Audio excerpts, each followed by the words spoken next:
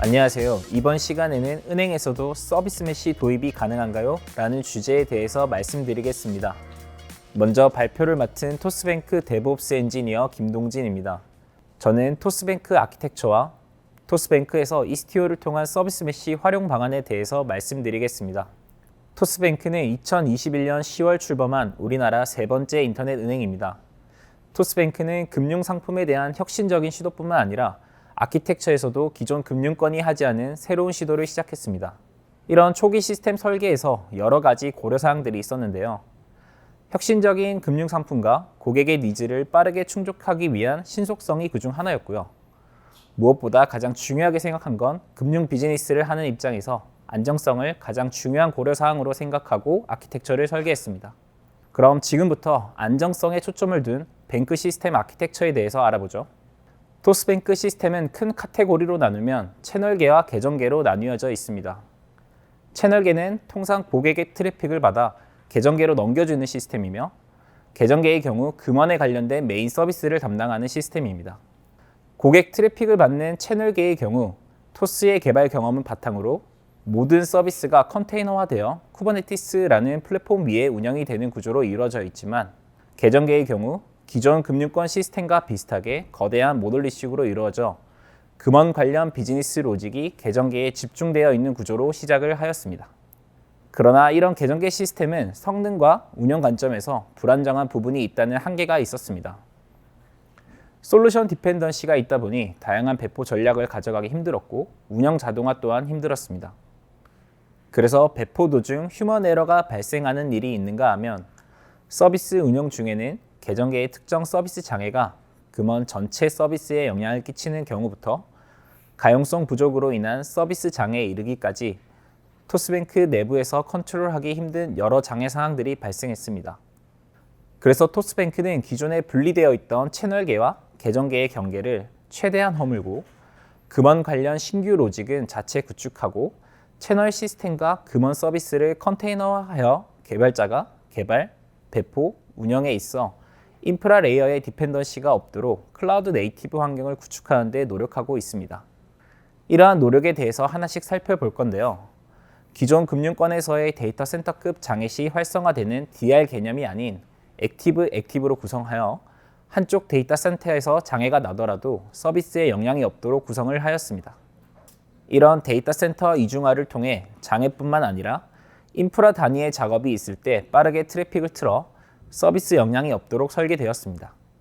그리고 토스뱅크는 하나의 서비스 장애로 전면 장애에 이를 수 있는 모듈리식 아키텍처를 MSA화하여 장애 도메인을 분리하고, 각각의 서비스는 CI/CD 파이프라인을 통한 독립적인 배포와 스케일 아웃을 할 수 있도록 구축하였습니다.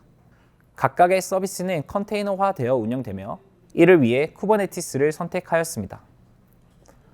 뿐만 아니라 토스뱅크 쿠버네티스 위에 운영되는 전체 서비스는 ELK 스택과 프로메테우스, 그라파나, 타노스, 핀포인트를 통해 실시간으로 모니터링 할 수 있는 시스템을 구축하여 고객에게 좀 더 안정적인 서비스를 할 수 있도록 설계하였습니다.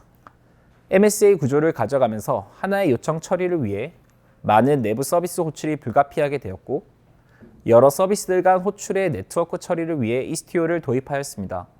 이스티오는 서비스 메시 오픈소스로 서비스에 인보이 기반의 이스티오 프록시를 사이드카 형태로 배포해 모든 네트워크를 프록시 처리를 하게 되어 기존의 어플리케이션에서 처리했던 서킷 브레이커, 리트라이, 펄백 등 여러 네트워크 처리를 인프라 레이어에서 핸들링 할 수 있습니다. 이스티오를 궁극적으로 선택하게 된 이유는 위에서 언급했던 네트워크 관련 로직을 어플리케이션에서 인프라 레이어로 전환할 수 있다는 것과 수많은 내부 서비스 호출에서 중앙 집중식 처리의 한계를 극복하고 클라이언트 사이드에서의 로드 밸런싱을 구현할 수 있는 부분 때문에 선택하게 되었습니다. 그렇다면 지금부터 토스뱅크에서 이스티오를 어떤 식으로 활용하는지 좀 더 집중적으로 말씀드리겠습니다. 가장 먼저 이스티오 활용 방안으로 쿠버네티스의 다양한 배포 방식을 지원하는 부분입니다. 대표적인 배포 방식에는 정해진 규칙에 맞춰 파드를 점진적으로 배포하는 쿠버네티스 네이티브 배포 방식인 롤링 업그레이드와 새로운 버전을 배포 후 트래픽을 꺾어주는 블루그린 배포, 그리고 일부 트래픽만 새로운 버전에 흘려보는 형태로 배포하는 카나리 배포 방식이 있습니다. 토스뱅크는 안정성을 가장 중요하게 고려한 시스템 아키텍처를 설계했다고 말씀드렸는데요. 쿠버네티스가 네이티브하게 지원해주는 롤링 업데이트를 그대로 사용했을 경우 많은 트래픽을 받고 있는 상황에서 가용성을 유지하면서 완전히 그레이스풀하게 새로운 버전을 배포하기 힘들다고 판단하고 좀 더 안정적인 배포를 위해 이스티오를 활용해 새로운 버전 배포 후 트래픽을 점진적으로 새로운 버전에 배포하는 카나리 배포 전략을 지원하는 방향으로 선택했습니다. 토스뱅크에선 자체 개발한 내부 시스템과 오픈소스인 고CD를 활용해 쿠버네티스의 워크로드를 배포하고 있으며 다음 그림에서 보는 시스템을 통해 이스티오 컴포넌트 설정 값을 변경하여 블루그린, 카나리 배포를 지원하고 있습니다. 현재 계정계 일부 서비스와 계정계 채널계를 이어주는 MCI 시스템도 쿠버네티스 위에 구동되도록 변경 작업 중인데요. 계정계 서비스의 경우 솔루션에 의해 배포가 되는 형태로 토스뱅크에서 원하는 배포 파이프라인이나 커스터마이징이 힘든 부분이 있었습니다. 특히 카나리 배포를 통한 일부 트래픽 전환, 빠른 롤백 등 장애가 나기 가장 쉬운 부분에 대한 전략을 세우기 힘든 구조였습니다.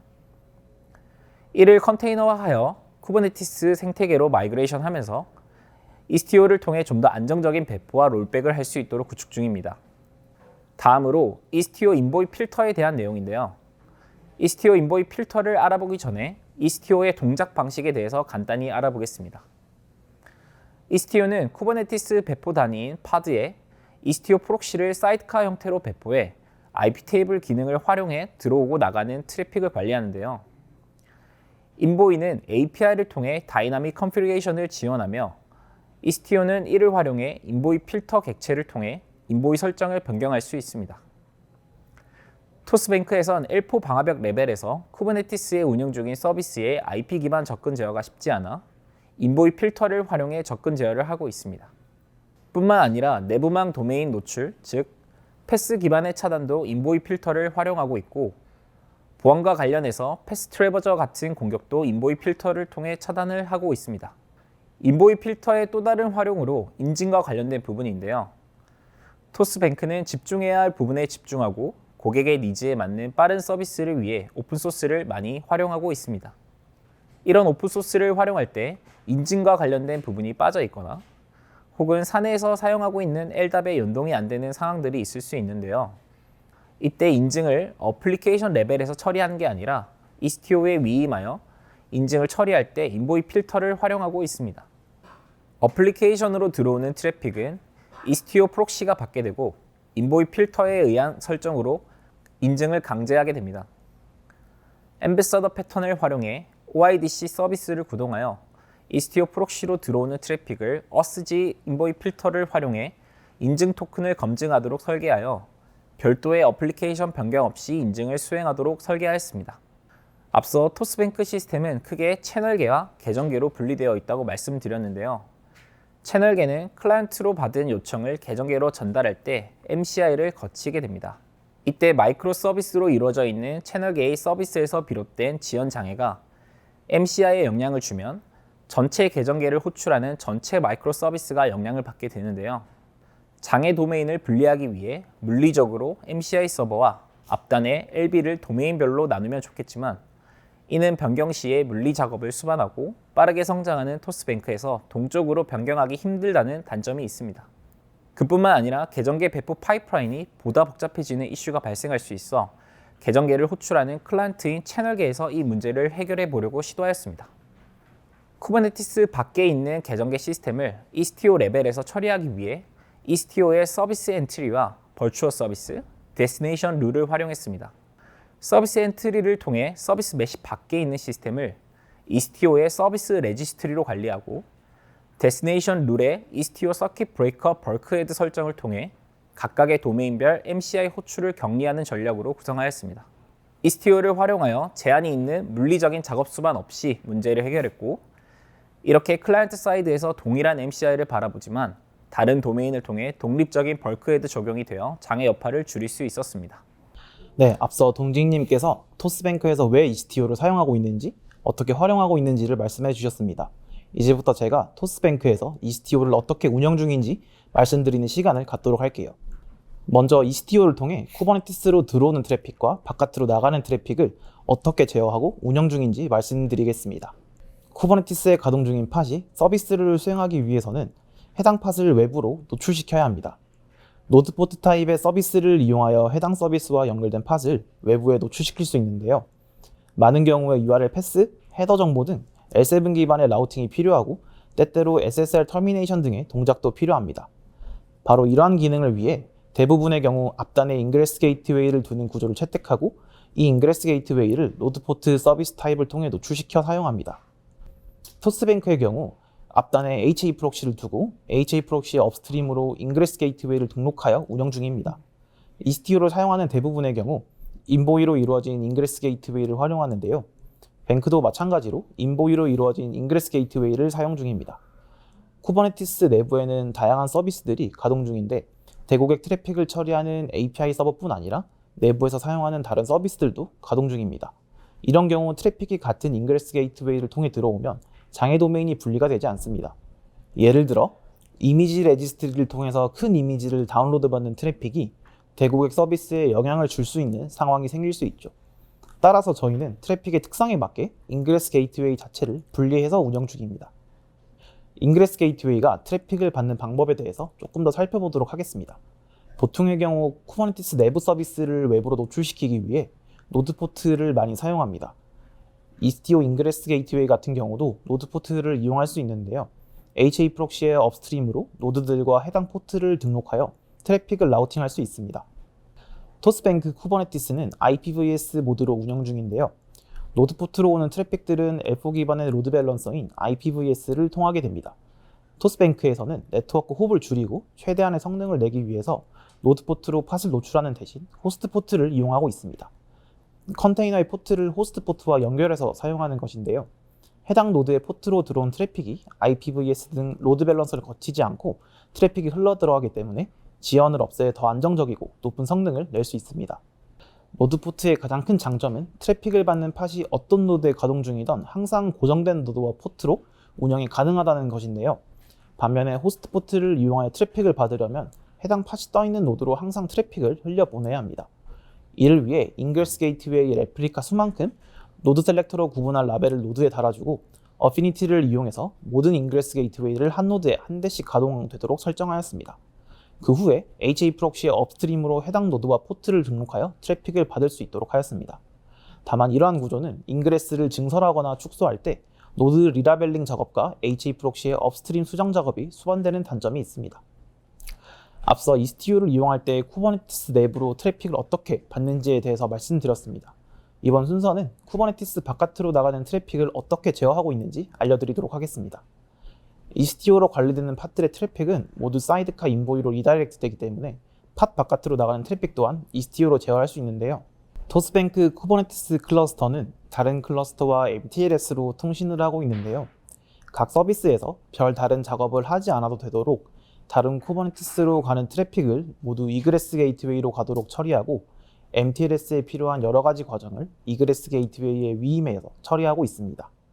또한 앞서 말씀드렸듯이 계정계 MCI로 가는 트래픽을 제어하기 위해 이그레스 게이트웨이를 사용하고 있습니다. 토스뱅크 서버는 MSA 구조로 이루어져 있기 때문에 대부분 서비스 메쉬 내부 트래픽이지만 DB, 카프카, 주키퍼, 레디스 등 쿠버네티스 바깥의 다른 자원들도 매우 많이 사용 중입니다. 이러한 통신의 경우 L4 기반 제어의 영향을 최대한 받지 않기 위해 Exclude Outbound 포트 옵션을 통해서 많이 사용하는 특정 포트들은 인보이를 타지 않고 직접 통신하도록 하였습니다. 또한 이그레스로 제어되어야 하는 통신의 경우 해당 목적지 IP를 Include IP Range에 추가하여 ECTO의 제어권을 위임하였습니다. 네, 이제 안정적인 운영과 가시성을 위해 가장 중요한 로깅과 매트릭 수집 전략에 대해서 말씀드리도록 할게요.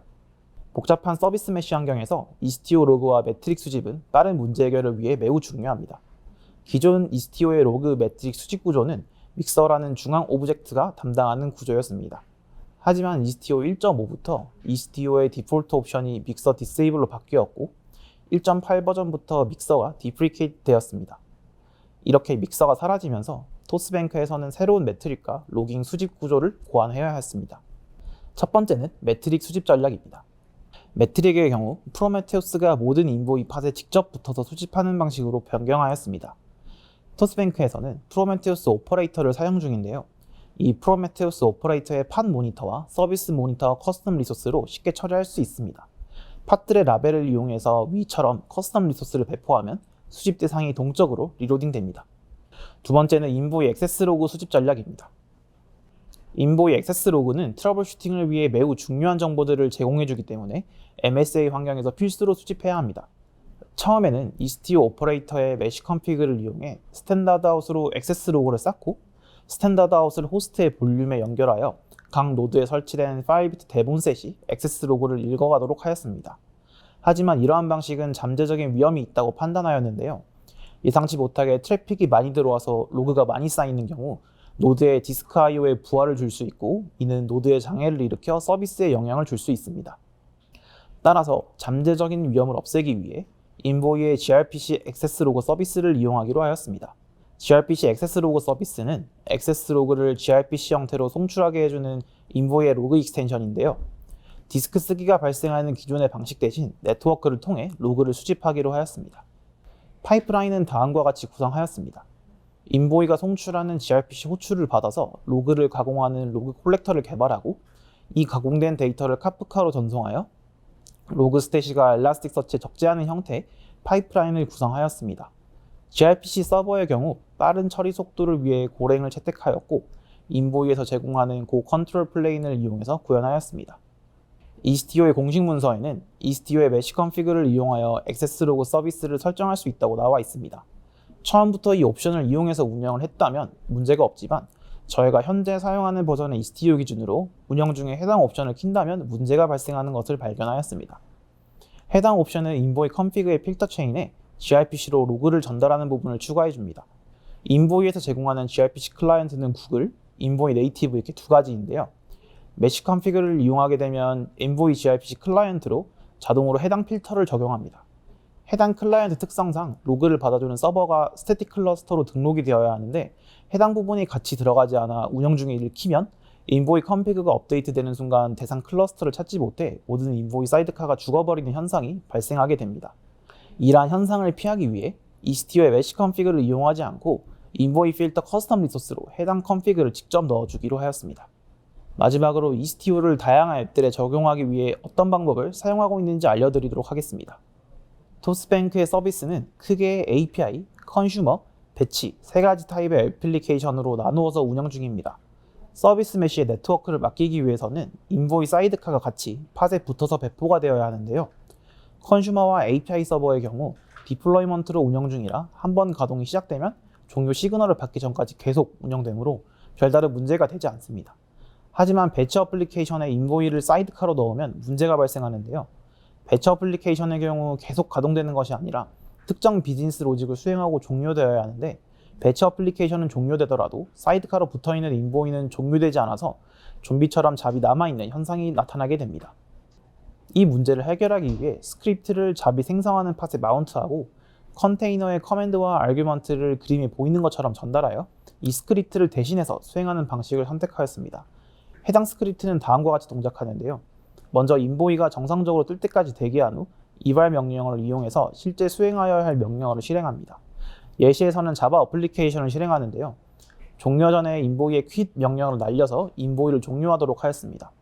마지막으로 쿠버네티스는 엑시 코드를 통해 성공 여부를 판단하므로 이 어플리케이션 엑시 코드를 통해서 스크립트를 종료하도록 하였습니다. 마지막으로 ESTOD 튜닝에 대해서 말씀드리겠습니다. ESTOD는 이스티오의 컨트롤 플레인으로 메시를 이루는 인보이들에게 동쪽으로 변하는 라우팅 정보를 푸시해주는 역할을 합니다. 다양한 파라미터를 이용해서 ESTOD의 설정을 튜닝할 수 있는데요.